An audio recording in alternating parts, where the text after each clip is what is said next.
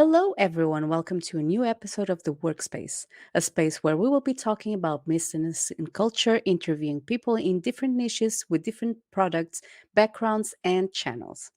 My name is Alejandra, and today we'll talk about how to start blogging and why blogging is trending again.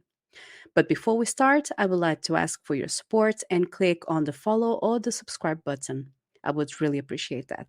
I started on Blogger, which still exists and is part of Google, and was the best start back then as Google itself was trying to launch their new ventures with their company. And the views to any blogger blog was definitely a push in front for views while surfing the web. And yes, we use that phrase, surfing the web. Back then, I had to research a lot, try even more, and learn a bit more about HTML, about coding, because I wanted to have a different theme on my website. And there wasn't many APIs or tools that we could use back then. But if you are interested in blogging and don't know where to start, well, definitely you're not alone. I have helped many people start their blogs, and today I will share a couple of basic tips. This won't be the only episode about blogging. So I'm going to start with the basics, which is who are you? Why do you want to start blogging? And what's your goal? Why blogging is trending? Because people decided to read more and decided to create a brand for themselves. That is why we have another boost on blogging. But let's start, shall we? One of the first questions that you must have thought is why you should write a blog. First, you had a wonderful idea, which is entering the blogging world. It's creating a platform to share your ideas, expertise, to share your voice with the world. There are many compelling reasons why writing a blog can be an excellent decision for you and your brand. You share your insights and experience, and your readers will come to you as a go to source of information and insight. Writing a blog can be a great way to challenge yourself creatively and explore new topics and formats. Also, starting a blog is building your personal brand and a way of promoting your business. The reality is that there are many reasons why you should do it. Next, it's how to choose what to write about. When starting a blog, it can be overwhelming to decide on a topic to write about. You may have many ideas or absolutely none at all, but don't worry. First, think about your interests and passions and what topics do you enjoy to learn or discuss with others. It's easier to write about something you're interested in because it will show in your writing. But if you already know your audience or you follow trends online and they are an inspiration, then start creating. One of the things that people ask me is how often they should write. The answer to that question depends on a variety of factors, including your goals for your blog, your schedule, and your ability to create quality content. Just like in life, always think quality versus quantity. The first thing to consider is how much time do you have to devote to writing.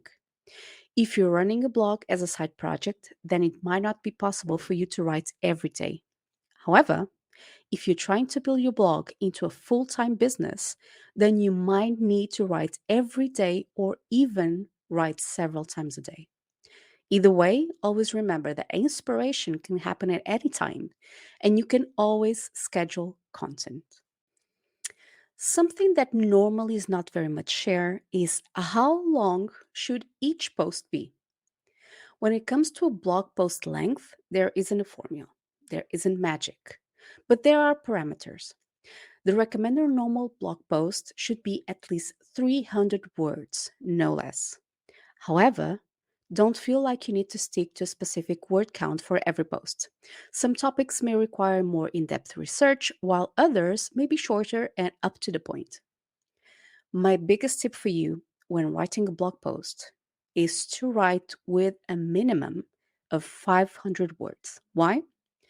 Because Google tends to favor longer form content, and if it sees longer posts, it will give you your blog post and your content more value and more authority, making your post visible and attracting more readers.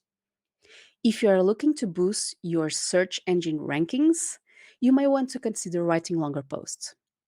But as long as your content is high quality and provides value to your audience, the length of your post shouldn't be a major concern.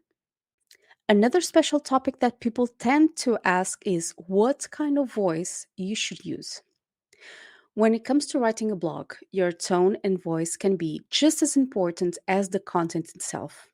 This will change the tone of the topic and your goal. The way you present yourself can impact how readers perceive you. So it's important to find a tone that resonates with your audience while still being true to yourself. Personally and professionally, I recommend using a professional tone in the third person, preferably. If you are creating a brand or you have a business like myself, writing about business and design, I use a professional tone always in a very much stylish way in the third person. But you always need to consider the purpose of your blog. If you're trying to educate or entertain or trying to create a sense of community or sharing personal experiences, this will help to guide you and your tone and voice throughout your blog. Remember to always trying to find the balance between being personally and professionally. You can share your personal experiences, but always maintaining a level of professionalism. Avoid using slang or language that could be perceived as offensive or inappropriate. And if you're actually gearing your blog towards professionals, you may want to use more technical languages and a more formal tone. During these years, images and credits changed online. So, what about images on your blog? Images can add a visual interest and help break up blocks of text on your blog. However, it is important to use images in a way that enhances your content. Professionally and personally, I prefer to read content with a single image as a thumbnail, and this needs to be relevant to the main topic of the blog post. Use high quality images. Poor quality images can make your blog look super unprofessional. There are many websites such as Unsplash or Pixabay that give you high resolution images for free. Any search engine will pick up the image caption and your alt data and redirect what the person searched online to your blog post. It's another great way to gain more views and get more readers. My final basic tip for images is one that I follow religiously for anything created online and offline is give credit when credit is due. Remember that if you see a post of yours online shared by anyone, you would also like to see them crediting you. So why not do it for the images itself?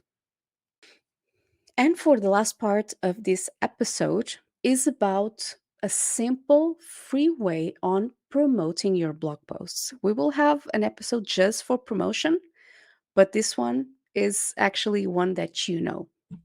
Once you hit publish on your latest blog post, it's time to start promoting it. While it's important to focus on writing great content, it's equally important to make sure people are reading it. And the best way is to share on, you guessed it, social media. It's easy, it's free, and the most effective way to promote your blog posts and create an audience. This is, of course, including Facebook, Twitter, LinkedIn, or Instagram. Make sure you write a catchy headline and description and try to use the same image that you use on your blog post so people can understand that it comes from that post.